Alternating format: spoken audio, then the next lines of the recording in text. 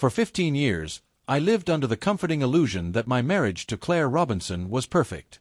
Every weekend cookout, every holiday gathering, every Sunday meal shared in the warmth of our beautiful 4-bedroom home in a quiet suburban neighborhood seemed to affirm the life we had built, a dream many aspired to but few achieved.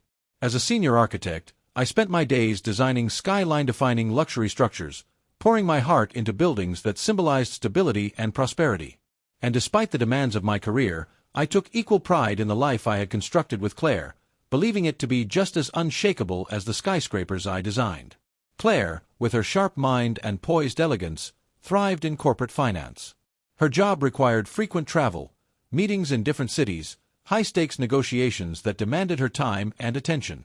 Yet, no matter how busy she was, she always came home smiling, slipping seamlessly back into the rhythm of our family life. She spoke of our shared future with unwavering certainty, spinning dreams of lavish dinner parties, exotic vacations, and quiet evenings spent watching the sunset through our vast windows. Every element of our home bore the marks of our love.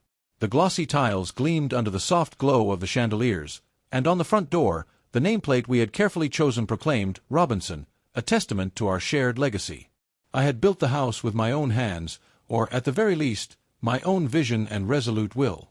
And I believed, with all my heart, that it was more than just a structure.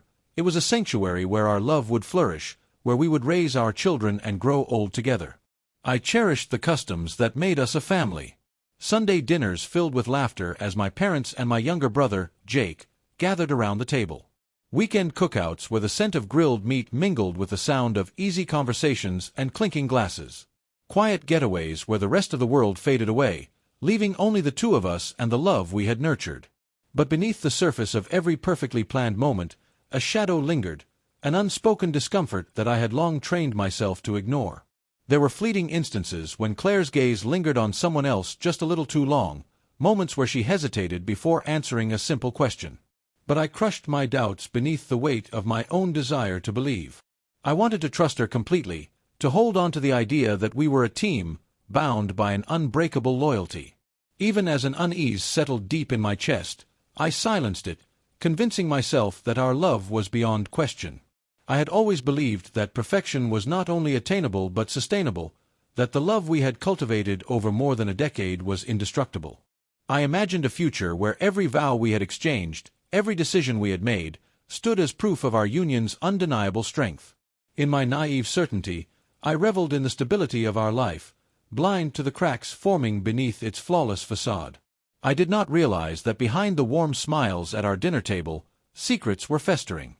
That beneath the laughter, deception lurked, waiting for the perfect moment to unravel everything I held dear. And when it did, when the truth clawed its way to the surface, it did not merely wound me, it shattered me. It began subtly. A morning text that had once carried playful affection became clipped and indifferent. Claire's wardrobe changed. Sleek, form-fitting dresses replaced her usual style, as if she were reinventing herself for someone else. She developed a sudden, fervent dedication to fitness, spending hours at the gym with a passion that was both admirable and unsettling. But most of all, it was her phone, the way she guarded it, leaving it face down during meals, sneaking glances at messages she never shared. And the smile, oh, that smile. The soft, secretive curve of her lips as she read those messages sent a chill through me, a whisper of betrayal I refused to acknowledge. Then came the business trip. Hawaii. 2 weeks, all expenses paid by her firm.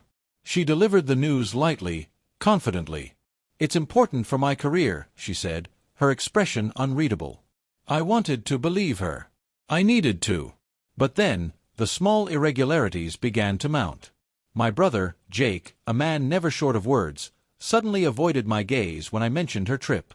My usually eager parents postponed their visit with weak excuses. And then, the final blow, an innocuous glance at my airline. Miles' account revealed the truth. A first-class ticket had been purchased for Claire, paid for with the points I had painstakingly accumulated over the years. Realization crashed over me like a freight train. This wasn't just an affair. This was premeditated, a carefully orchestrated deception that went far beyond mere infidelity. But instead of lashing out, I sat in silence, my hands shaking, and made a decision that would change everything. I booked a last-minute flight to Hawaii. I would face the betrayal head-on. As the plane soared through the sky, my mind replayed every moment, every lie, every tender word spoken with false sincerity. But with each passing mile, my heartbreak hardened into something else. Something resolute. What I uncovered was worse than I had imagined. It wasn't just betrayal, it was theft. Claire and her partner had forged documents, transferring ownership of our home using a signature I had never penned. My hard-earned wealth, once meant to secure our family's future, had been siphoned into offshore accounts, vanishing into the abyss of their deception. The college fund I had built for our daughters was gone, every dollar squandered on a life of luxury that had never truly been ours. But arrogance had been their downfall. They had left a trail, a financial roadmap of their crimes. I spent sleepless nights poring over statements, tracing each transaction like a detective assembling a case. And I wasn't alone. I enlisted the expertise of forensic accountants, financial detectives, and a relentless attorney named Andrew Sterling. Piece by piece, I set the trap. Every falsified document was challenged. Every fraudulent transfer was frozen. I watched, unwavering, as their empire of deception crumbled beneath the weight of undeniable evidence. And then, the final moment arrived. A knock at my hotel room door. Claire and Jake stood before me, their faces pale with fear, their eyes darting toward the airline tickets in my hand, proof that I had been waiting for this. Claire's voice trembled. "Please, I silenced her with a smirk, my voice cold and precise. "Oh, I understand completely." Jake, usually brimming with confidence, stammered. "We can fix this. Just help us."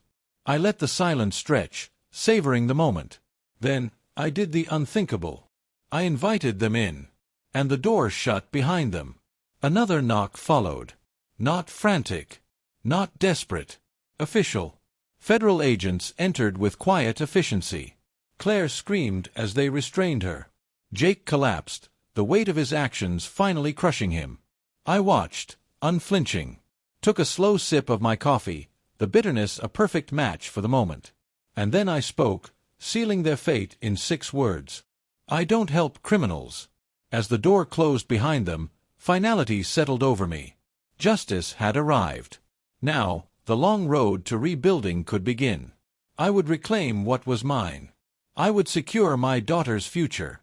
And I would emerge stronger than ever. Because betrayal is temporary.